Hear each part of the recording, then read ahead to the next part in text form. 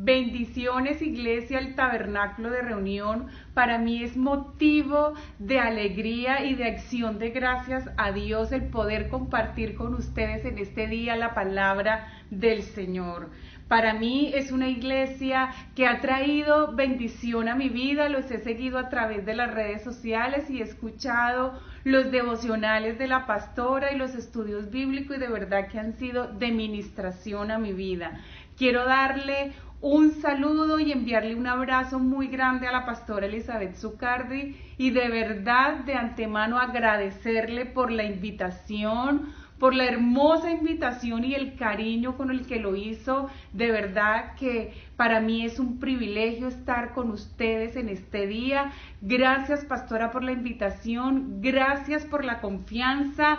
Gracias, pastora, y gracias, Iglesia del Tabernáculo, por acompañarnos en nuestro momento cuando estuvimos a principio del año con nuestra madre, que la tuvimos en un momento en el hospital y ustedes nos acompañaron. Y si nosotros como familia hoy podemos cantar la victoria, es porque hermanos como ustedes nos acompañaron en ese proceso, y hoy estamos del otro lado alabando el precioso nombre de nuestro Señor Jesucristo. De parte de mi esposo, de parte de mis hijos y desde Orlando, Florida, les enviamos un saludo muy especial. Ahora quiero que me acompañen en este momento a una oración para la palabra hermosa que el Señor me ha regalado en este día para ustedes. Yo quiero que allí donde tú estás, tú cierres tus ojos, tú inclines tu rostro ante el Señor y empecemos a adorarle y a darle gracia, porque Él es bueno y porque sus misericordias son para siempre. Gracias, Padre Celestial, te damos en este día. Gracias por tu amor, gracias por tu bondad. Venimos delante de ti, Señor, y nos acercamos al trono de la gracia sabiendo que hallaremos gracia, Señor, para el oportuno socorro. Hoy te ponemos este día en tus manos, Señor, y declaramos en el nombre poderoso de Jesús que esta palabra, Señor, que será predicada, Señor, entrará a los corazones como una buena semilla, Señor, y dará el fruto al 100%. Yo te pido en el nombre poderoso de Jesús de Nazaret que tú, Señor, seas hablando a la necesidad de cada persona, Señor. Tú que conoces los corazones y que conoces, Padre amado, todo lo que en él hay. Yo te pido en el nombre poderoso de Jesús que tú hables a cada uno de ellos de una manera especial, y que sea tu dulce Espíritu Santo, Señor, hablando a través de mí para traer, Señor, sanidad, consolación y bendición a cada vida que en esta mañana me escucha. Yo te lo pido, mi Dios, en el nombre poderoso de Jesús. Amén y amén. Gloria al Señor. La palabra que el Señor me regaló para este día, para la iglesia, el tabernáculo de reunión, se llama Seremos como los que sueñan. Y quiero que me acompañes a la palabra de Dios, al Salmo 126, 1 al 6. Dice la palabra de Dios, en el nombre del Padre, del Hijo y del Espíritu Santo. Cuando Jehová hiciere volver la cautividad de Sión, seremos como los que sueñan. Entonces nuestra boca se llenará de risa y nuestra lengua de alabanzas. Entonces dirán entre las naciones, grandes cosas ha hecho Jehová con estos, grandes cosas ha hecho Jehová entre nosotros, estaremos alegres. Haz volver nuestra cautividad, oh Jehová, como los arroyos del Negev. Los que sembraron con lágrimas, con regocijo segarán, irán andando y llorando el que lleva la preciosa semilla, mas volverá a venir con regocijo trayendo sus gavillas. Este es un salmo muy conocido y muy familiar para los que ya llevamos un tiempo en el Señor, y aún se ha predicado mucho de él. Pero el Señor tiene la particularidad de siempre enseñarnos algo nuevo con algo que ya nosotros conocemos. Y este salmo en el versículo 1 empieza diciendo, cuando Jehová hiciere volver la cautividad de Sión, seremos como los que sueñan. Entonces nuestra boca se llenará de risas y nuestra lengua de alabanzas. Algo que distingue o que caracteriza a las personas que sueñan es que su boca está llena de risas y su lengua de alabanza. Y esto nos tiene que llevar a nosotros a una autoevaluación. ¿cómo está nuestra boca? ¿Está llena de risas o está llena de tristeza? ¿Cómo está tu lengua? ¿Está llena de alabanzas o por el contrario, este ha sido un tiempo de quejas, de murmuración, de rumores, de comentarios malintencionados? La respuesta que tú le has dado a esta autoevaluación que te has hecho en este día determina si tú eres una persona que sueña o no.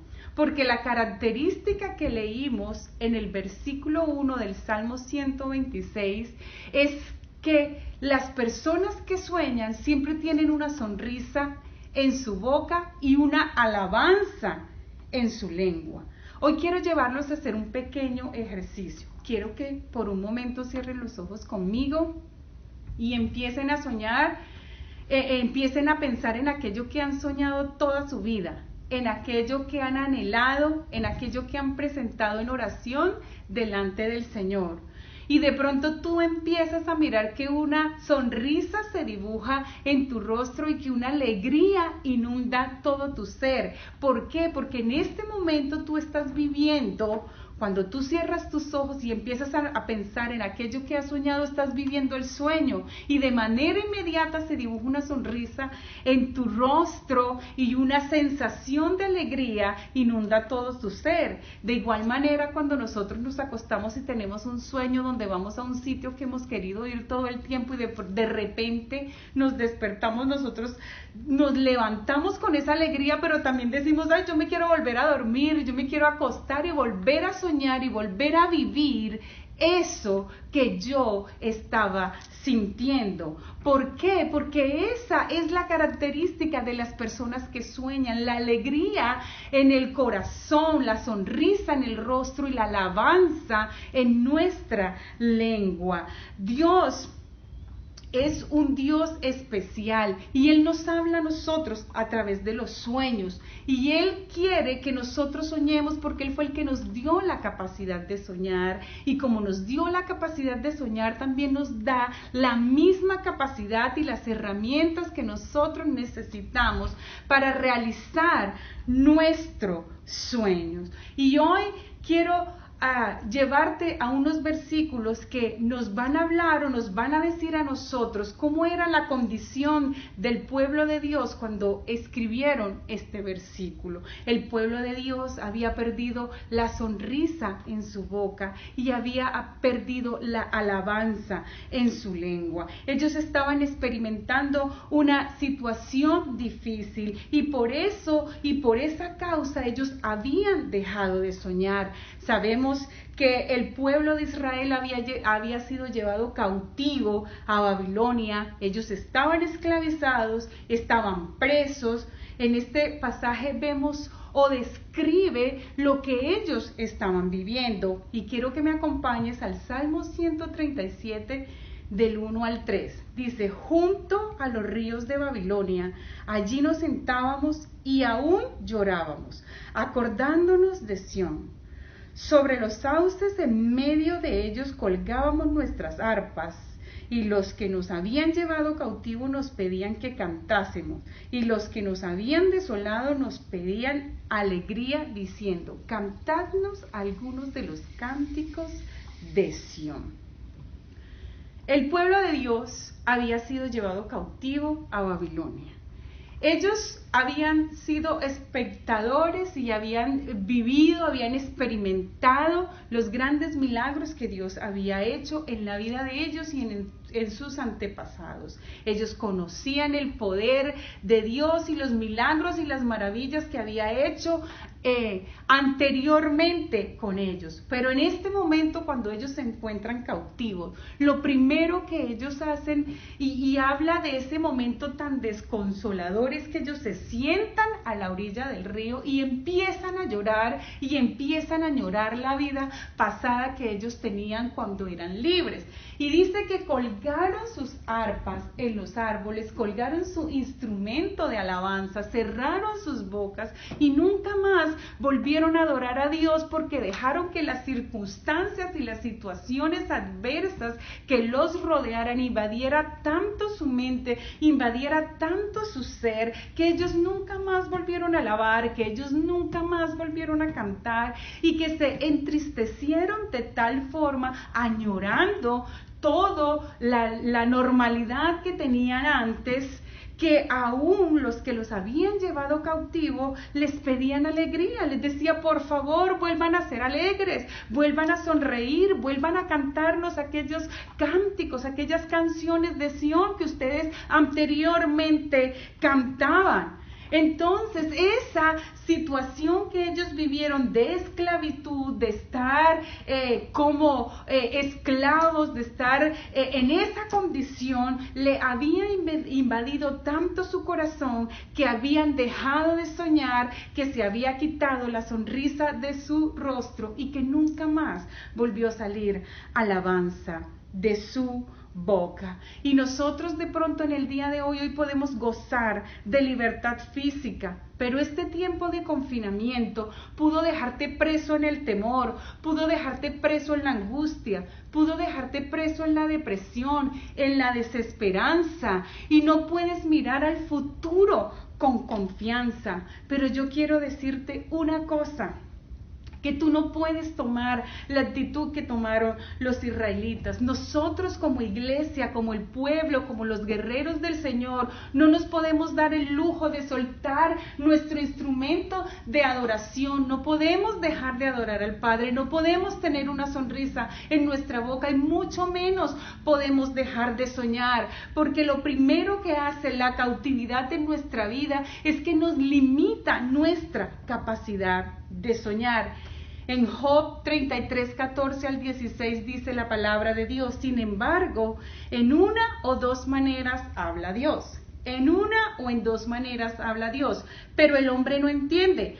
Por sueño, en visión nocturna, cuando el sueño cae sobre los hombres, cuando se adormece sobre el lecho, entonces revela al oído de los hombres y les enseña su consejo.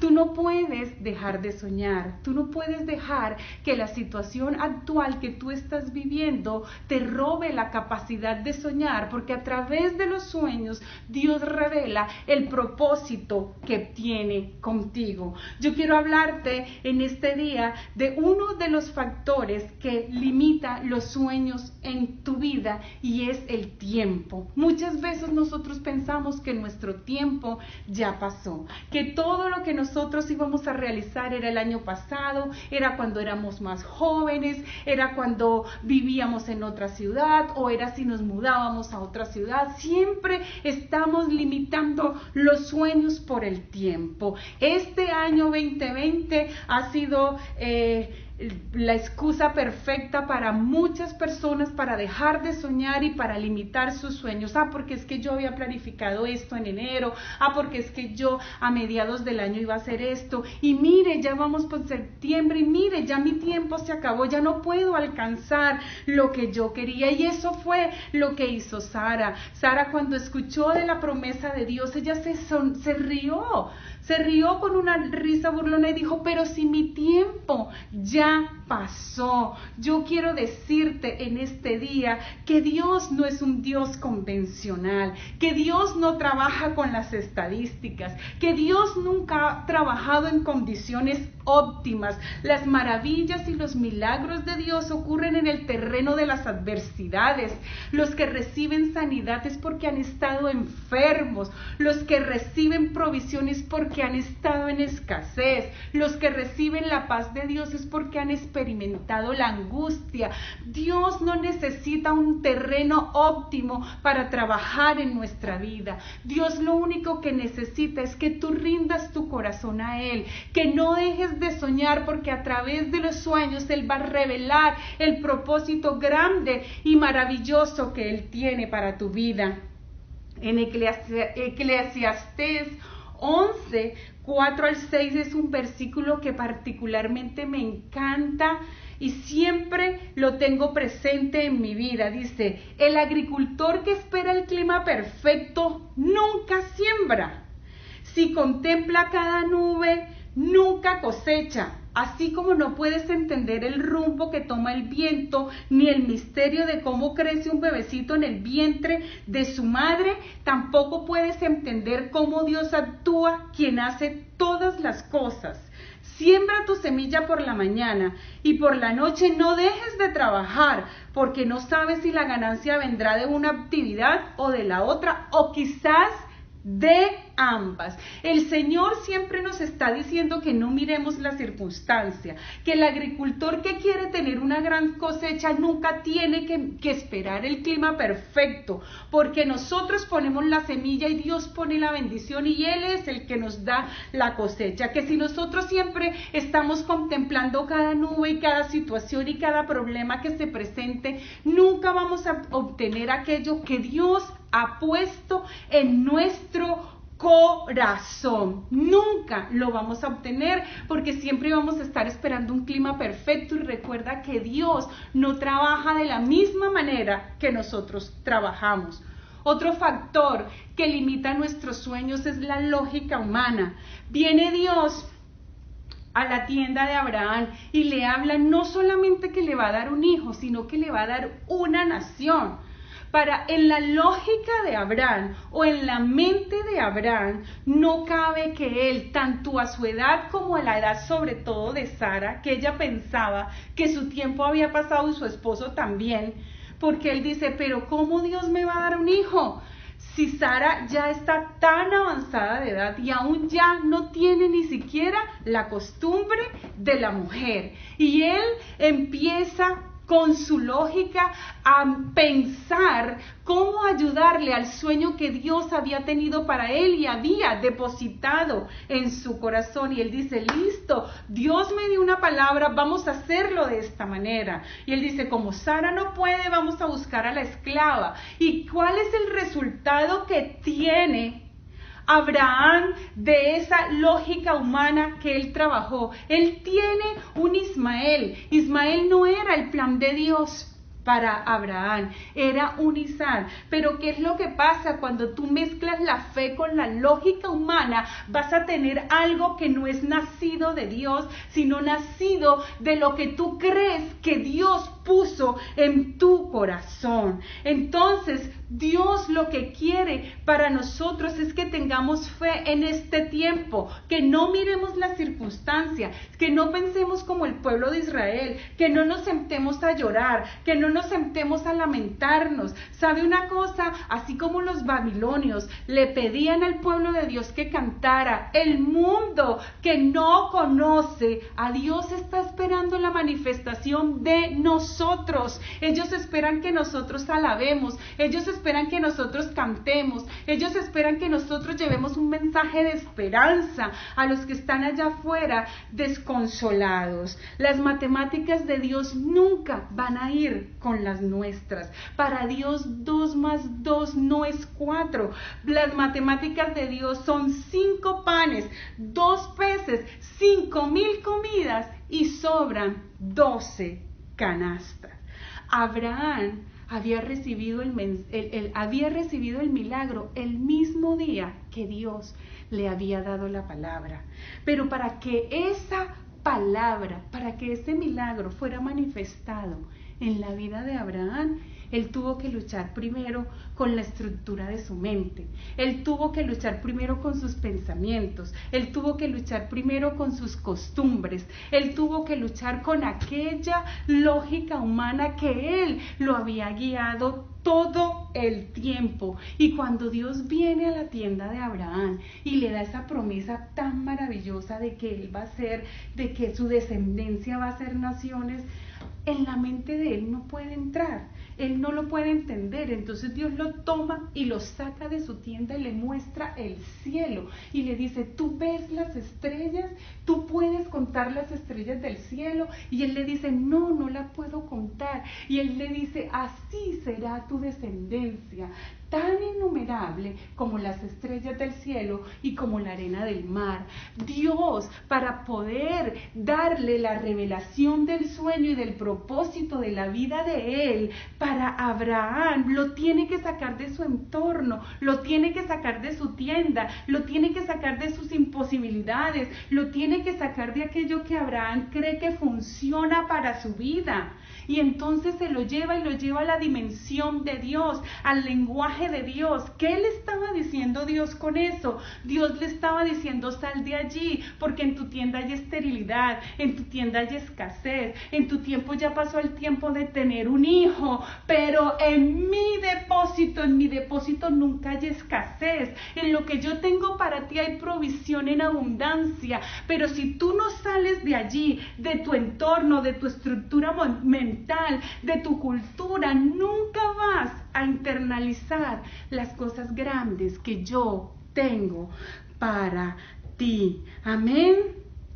Hay otra palabra para terminar que quiero que leas conmigo y compartir en esta mañana, y quiero que te quede muy grabada en el corazón, y se encuentra en Génesis 28 del 10 al 16.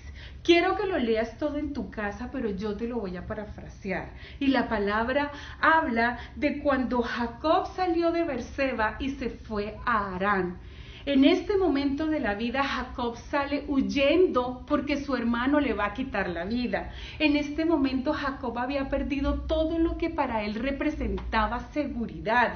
Había perdido a su familia, había perdido la unidad familiar, había perdido el amor y el respeto de su hermano. Aún su hermano lo quería matar, había perdido el trabajo que él había tenido toda su vida, y se va a una tierra como inmigrante, a una tierra desconocida, a una tierra donde tiene que empezar de nuevo, y se va con las manos vacías. Y él empieza su camino, y de pronto en medio de la noche se encuentra solo, está cansado y él quiere dormir, y lo único que él encuentra para dormir es una piedra. Y él se acuesta en ese lugar y empieza a dormir. Y algo tan maravilloso sucede en ese momento. Y es que Jacob se atreve a soñar donde los demás tienen pesadillas. Jacob, en el día más oscuro de su vida, en la destrucción de su familia, en la quiebra total, se va de su casa, duerme en la intemperie, duerme en el pasto, duerme con una piedra de cabecera, y aún ahí él es capaz de soñar, y Dios le da la revelación que el propósito que Dios tiene para su vida, y fue la promesa más grande que Jacob pudo tener, que pudo recibir de parte de Dios, pero fue el día más oscuro. Y él dice que veía una escalera que se apoyaba sobre la tierra, pero que venía desde el cielo, que ángeles subían, que ángeles bajaban, pero lo más interesante de todo que dice en ese versículo es que encima de la escalera estaba el mismo Dios,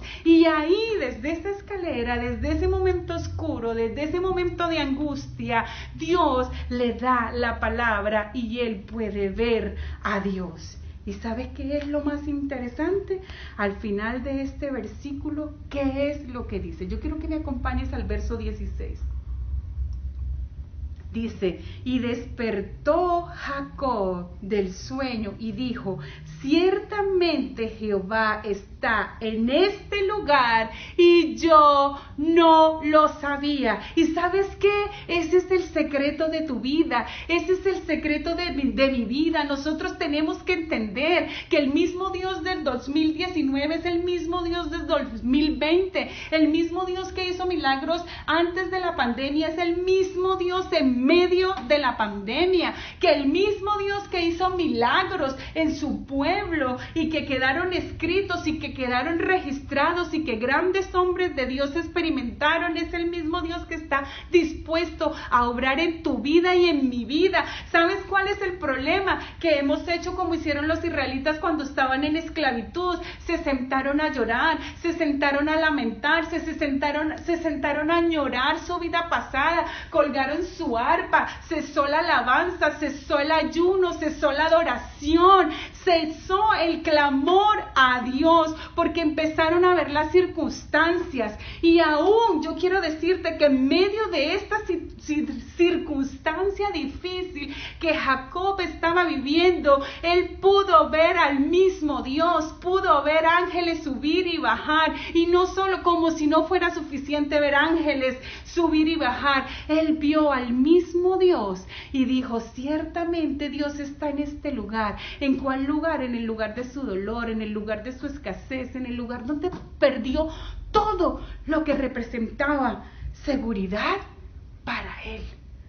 Yo te quiero decir una cosa: ante los desafíos y los momentos difíciles de la vida, tú solamente tienes dos opciones: o sentarse a llorar como los israelitas al lado del río y colgar su arpa y nunca más cantar ni adorar a Dios, o seguir adelante como hizo Jacob. No importa la noche oscura, no importa que perdí a mi familia, no importa que ya no hay lugar de seguridad, no importa que ya yo no tengo trabajo, si yo tengo fe, si yo tengo a Dios, yo lo tengo todo, y Dios me va a dar a través de los sueños todo aquello que Él ha preparado para mí en este día, y solamente tú tienes que creer y seguir avanzando y seguir peleando, porque Dios tiene planes y propósitos maravillosos para tu vida y para la mía. Quiero acabar con este versículo y quiero que te quede grabado en tu corazón. Isaías 64:4 dice: desde el principio del mundo ningún oído ha escuchado, ningún ojo ha visto a un Dios como tú, quien actúa a favor de todos los que esperan en Él. Y yo te quiero decir una cosa, la última cosa que te voy a decir en este día: si tú esperas en Él, si tú confías en Él, si tú lo miras a Él, si tú tienes fe en Él, Dios va a actuar a tu favor. Cierra tus ojos allí donde está y vamos a orar. Padre, en el nombre poderoso de Jesús, Señor, yo te doy gracias por esta palabra maravillosa, Señor, que tú has permitido hoy en mi vida. Yo te doy gracias, yo te bendigo, Señor. Yo declaro que es una palabra, Señor, que se internaliza en mi corazón, que yo la creo y que yo la hago. Y que de hoy en adelante, Señor, yo voy a ser una persona que siempre tiene una sonrisa en sus labios, que siempre tiene en su lengua adoración, a consecuencia, Señor, de que los sueños tuyos empezaron a fluir en mí. Señor, hoy declaro que todos esos sueños que tú has puesto, Señor, en mi vida desde el principio, porque los sueños vienen de ti, tú hablas y revelas tu propósito a través de ellos, Señor, hoy reviven en el nombre poderoso de Jesús de Nazaret. Y yo hoy, Señor, decido creerte, decido creer en tu promesa, en tu palabra, Señor. Yo no voy a creer en la lógica humana, yo no voy a pensar que mi tiempo pasó, yo no me voy a sentar a llorar al lado del río, yo no voy a colgar mi arpa, yo te voy a adorar. Yo en medio del proceso, Señor, voy a ser como Jacob. No importa cuán oscura sea la noche, no importa la circunstancia que yo esté pasando, yo declaro que en medio de mi circunstancia tú estás, y que si antes no te había visto, desde hoy yo empiezo a verte y milagros empiezan a ocurrir en mi vida, Señor, y la gente del mundo no tiene que demandar de mi alabanza, porque siempre en mi boca, Señor, conocerán de tu gloria a través de los dichos de mi boca. Yo lo declaro, Señor, en el nombre poderoso de Jesús de Nazaret. Amén y amén.